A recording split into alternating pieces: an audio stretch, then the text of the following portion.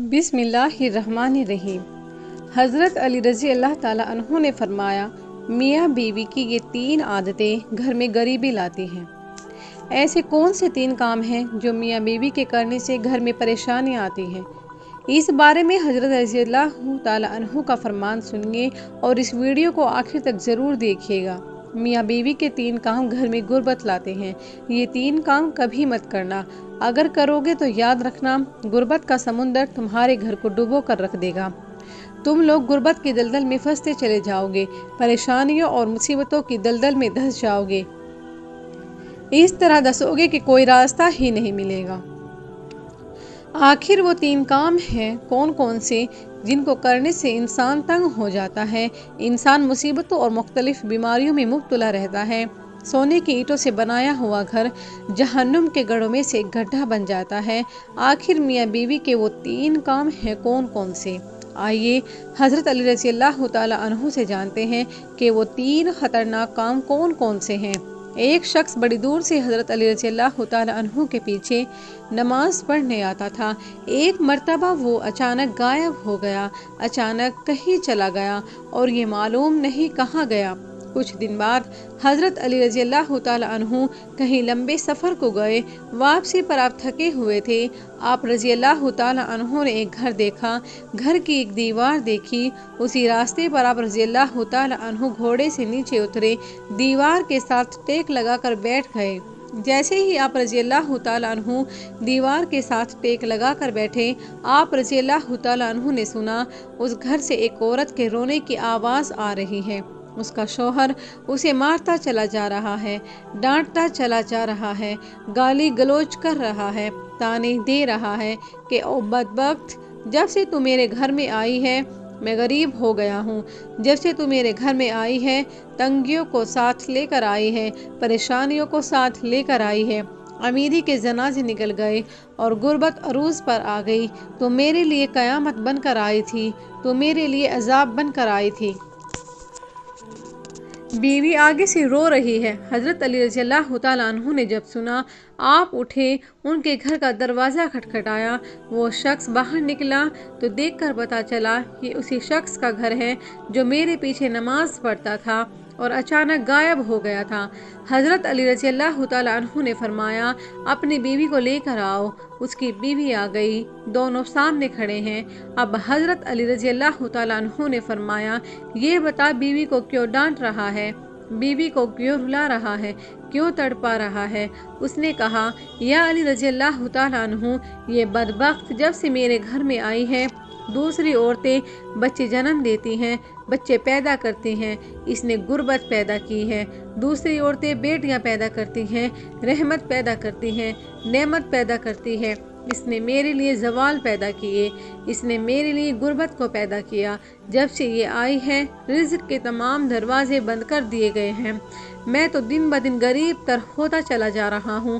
اب حضرت علی رضی اللہ تعالیٰ عنہ نے اس کی بیوی سے پوچھا، ایک بات بتا، یہ شخص کب سے تجھے ڈانٹنے لگا ہے، کب سے تجھے مار رہا ہے؟ یہ سن کر وہ عورت رونے لگی، عورت کی آنکھوں سے بے ساختہ آنسو نکل گئے۔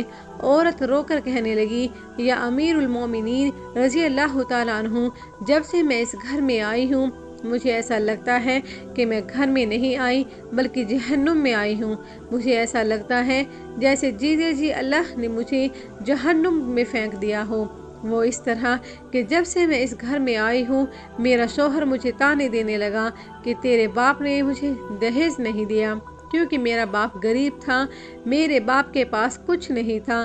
شادی سے پہلے تو یہ کہتا تھا مجھے کچھ نہ دو، میں نے کچھ نہیں لینا، اور اب جب بیاہ کر لے آیا تو پھر مجھے تانے دینے لگا، تیرے باپ نے تو کچھ نہیں دیا، یہ چارپائی میری، یہ بستر میرا، یہ گھر میرا، سب کچھ میرا ہے، تیرا ہے کیا؟